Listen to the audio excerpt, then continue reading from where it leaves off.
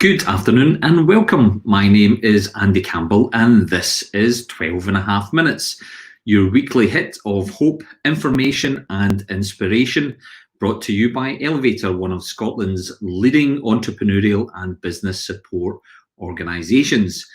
We are broadcasting live on Facebook and YouTube, and with the hopefully, if the technical gods are on our side, we're also broadcasting on LinkedIn as well, which is a first. So if you're joining us on LinkedIn, if you're joining us on LinkedIn, Facebook or YouTube, thank you so much. If you want to comment on the programme or ask any questions, please make sure to fill in your comments below. We'll get to see those and we'll bring them in a little later on. So we are now in the 9th week of lockdown. I'm sure all of Scotland and all of the UK will be aware of what implications that has had on us all, the changes that it's had on our lives and our working businesses. But I think it's important that we take a moment to pause and reflect on the amazing work that the frontline NHS workers, our care workers, our key workers, our charity workers, and in fact everyone that has been involved in the fight against COVID. For those that are the frontline workers, we can only but imagine the experiences that you're having to go through. And without doubt, we thank you so much for your service and commitment. Also, within the business side of things, we appreciate the impact that COVID will have had on many businesses across the country. And we would like to extend a special thanks to all of the business support community within Scotland that have rallied together to provide much needed and critical advice and support at this time to the companies that are going through this challenging period, from our colleagues at Elevator, from our colleagues at Business Gateway, and across an entire spectrum of business support organisations within Scotland. We do really appreciate the work that you are putting in to help us at this time. Thankfully, and this week has seen some of the unlocking phases that we're likely to see coming over the next few weeks as we unlock and step out of this period of time with COVID and lockdown. And as we enter this rather new normal, as they say, or the brave new world that we'll be heading into, it's quite clear that the medical sector and the life sciences will hold the key to our return to some sort of normality. And therefore, it's fantastic and such an honour that we're joined by a woman who is eminently qualified and experienced to be able to shed some light on the current COVID crisis, the steps that the medical industry is taking right now in reaction to that, and ultimately what we're likely to see in a world post-COVID. With a PhD in molecular virology and biomedical sciences. She's also an investor. She's on the board of many organisations as well.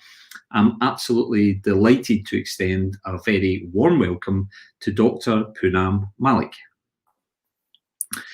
Good afternoon, Poonam. How are you?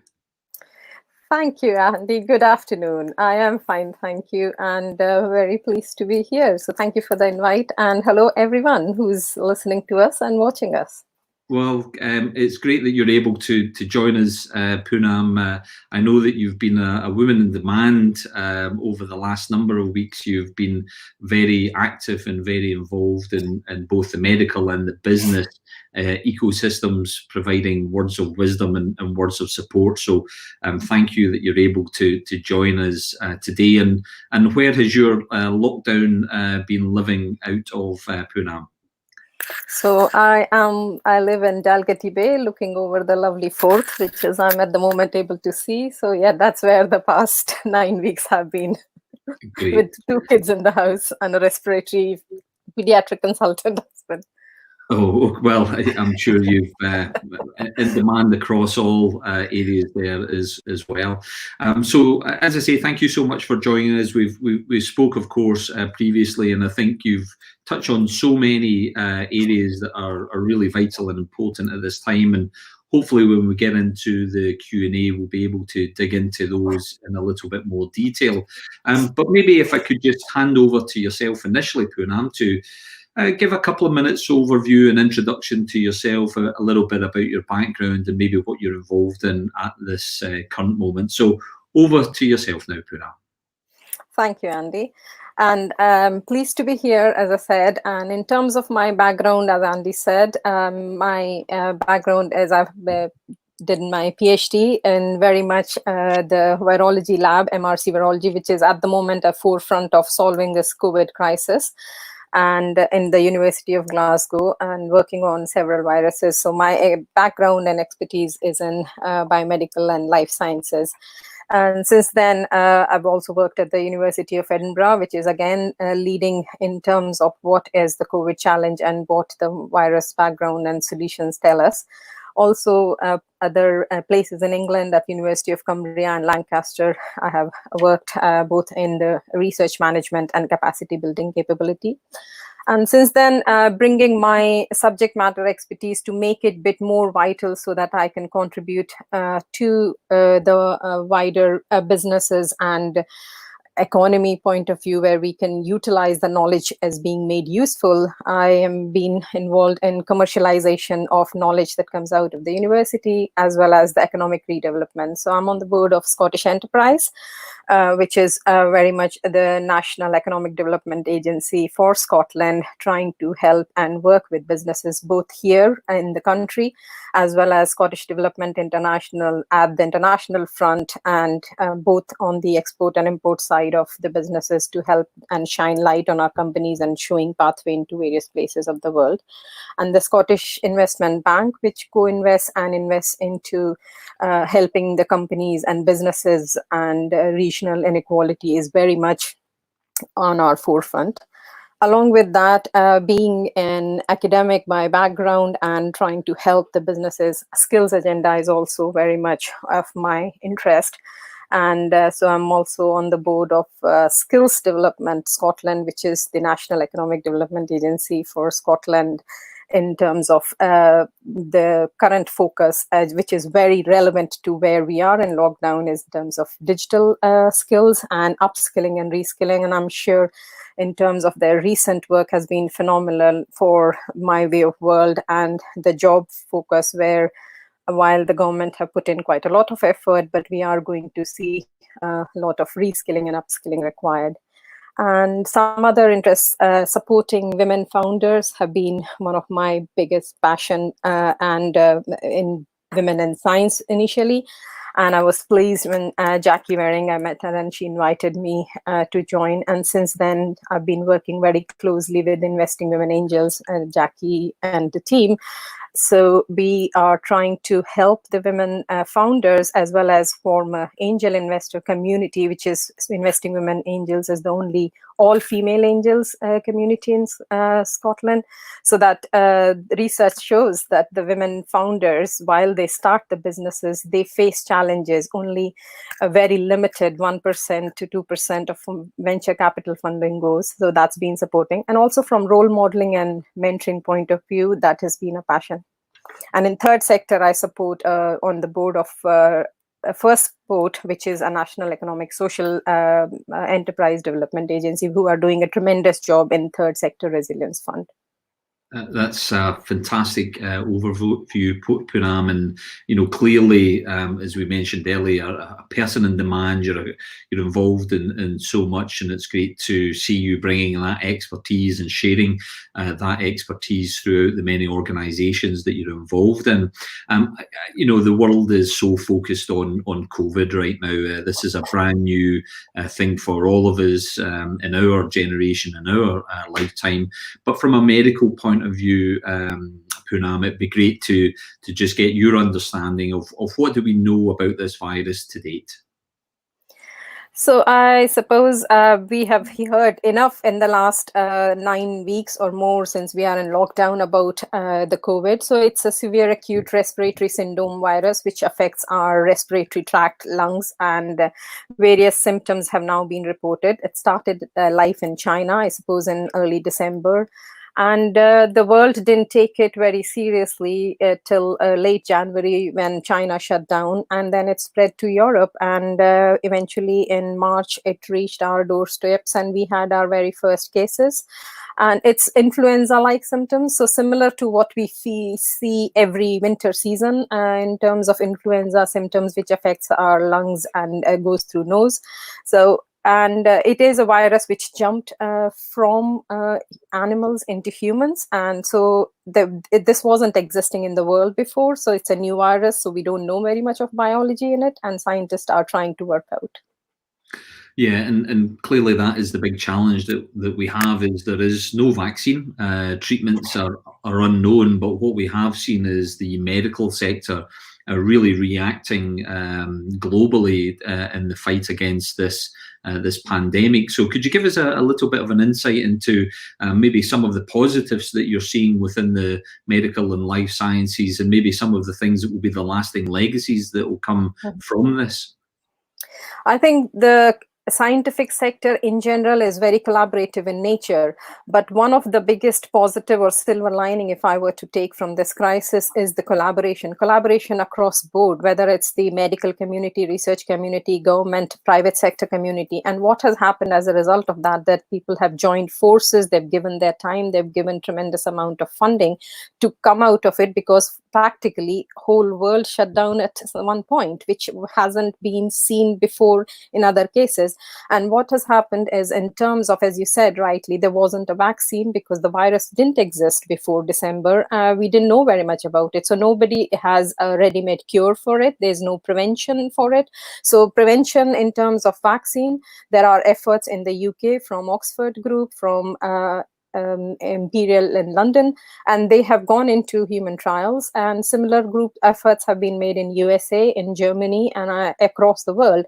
And some of them, or the larger scale, at this, it's because these are very difficult and complex times, and if affecting us negatively many parts of lives and livelihoods. So there have been collaborations with private companies. For example, both USA and UK companies have collaborated for manufacturing large doses of vaccine if the results were to be successful. And the reality is we don't even know at the moment they will be successful, but we don't have the luxury of time to afford. So positive thing is that collaboration, and everybody is putting 110% into it. In terms of money, government, UK, our Research and Innovation Agency, and IHR, Wellcome Trust, and they have put in large amount of money, and consortia are working.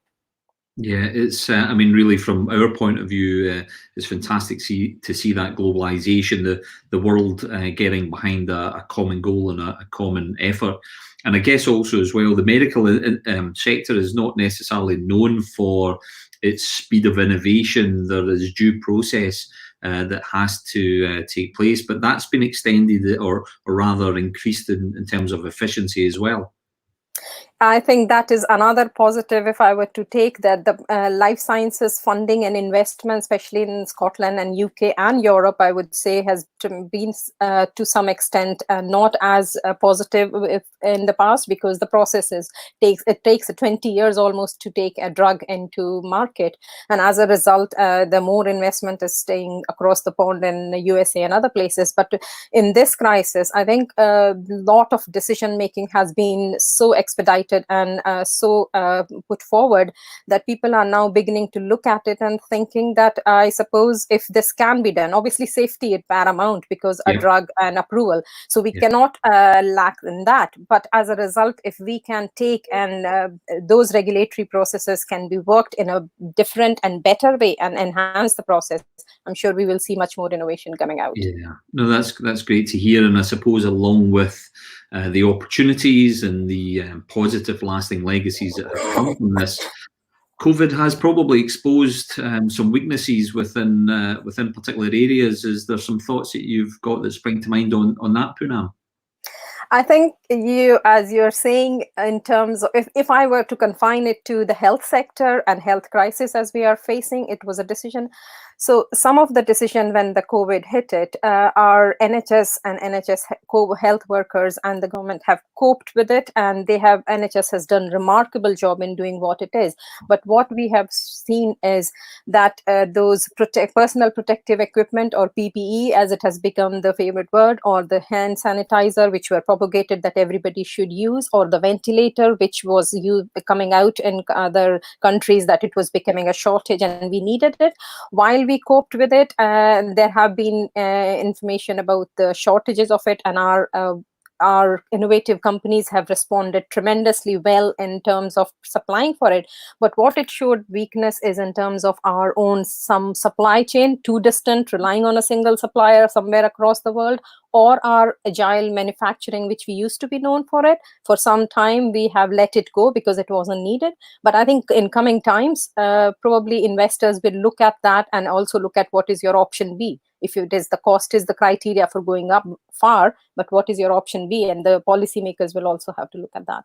Yeah, and I think that perhaps leads us on to some of the opportunities coming out of COVID, not just in terms of appropriate provision for those weak areas that have been exposed, but clearly business in general. Now, I know you're very connected in the investment marketplace. What can you give us a flavour? We work with many companies that have investment in their horizon. Can you give us a flavour for the appetite right now with within the investment communities? Absolutely. I have been involved with many groups and forums and have spoken on the investment topic, but have spoken to colleagues as well. So if I were to give a short message to the companies, is that the investment timelines may have increased, but if your product, if your service offering, or that you're working on solution is right there, which solves not only the current problem, but look at a long-term solution and which is more adaptable, digital, and going to be in the need of the future, there is money out there, especially technology-led solutions that have informed by the data, taking use of data analytics and artificial intelligence to give us indications. And say, for example, e-commerce platform or online businesses and life sciences and technology businesses, despite the crisis, they are the business that are seeing an upside in their demand. So investors are looking at those propositions, and you will see, while overall investment in this sector, in this particular quarter may go down, but there are already investors open for those innovative solutions. Yeah, I think that's kind of our feeling in general. For the right idea that's been well researched, that can prove that there is a market opportunity and a market demand for the products or the service, the investors are certainly there and certainly still approachable at this time, which is encouraging, because life will need to go on, albeit it will change. But I guess as we look over the horizon, Poonam, you're seeing more positivity out there, particularly in the medical and life science sector. Mm-hmm. Yeah. Yes, absolutely. In terms of, I think one message is that collaboration and looking at innovative business models is the key. So where we can't do something together, if we can do it in collaboration, I think a lot of businesses will have to look at that. Something which can reduce the costs in the short term, which can reduce the inefficiencies, and they can tap into each other's market or even globalization. Anything which can make use of data better to predict, because these things are not going to go anywhere. And in terms of those solutions, I suppose there is definitely a positive outlook for businesses of all kinds. Sadly, lives have been lost, and that cannot be two ways about it. But for livelihood to kickstart, we need to work together and look at that positive side of it to rebuild. Yeah, Poonam, 12 and a half minutes is almost never long enough, and we time it with whether I've got through my cup of tea, which I pretty much have. So we are out of time for yourself, Poonam. It's been great to have you on the programme, and I'm sure that many people will be contacting you. We've had some great feedback on social media, and good news, we seem to be broadcasting live on LinkedIn as well. So thank you, Jackie Doyle, for confirming that with us. So Poonam, thank you for your time. I'm sure you will continue to support the many organisations you're involved with. But in the meantime, thank you indeed, Poonam, for coming on the programme. Pleasure. It's been a real pleasure talking to you, Andy. Thank you for the invite. Thank you indeed. Great. Well, that was Dr. Poonam Malik sharing her insights into the COVID crisis, the response of the medical sector, and of course the opportunities for companies, whether that be seeking investment or otherwise. The opportunities are certainly there. So thanks to everyone for joining in today. As I mentioned, we broadcast live on Facebook, YouTube and LinkedIn. We go out every Friday at 3 p.m. And next week, looking forward to that, another man in demand, comedian and best-selling author, Gavin Oates, will be joining us next week for 12 and a half minutes. So until then, thank you so much for tuning in. Have a great weekend, and in the meantime, please do stay safe. Thank you very much.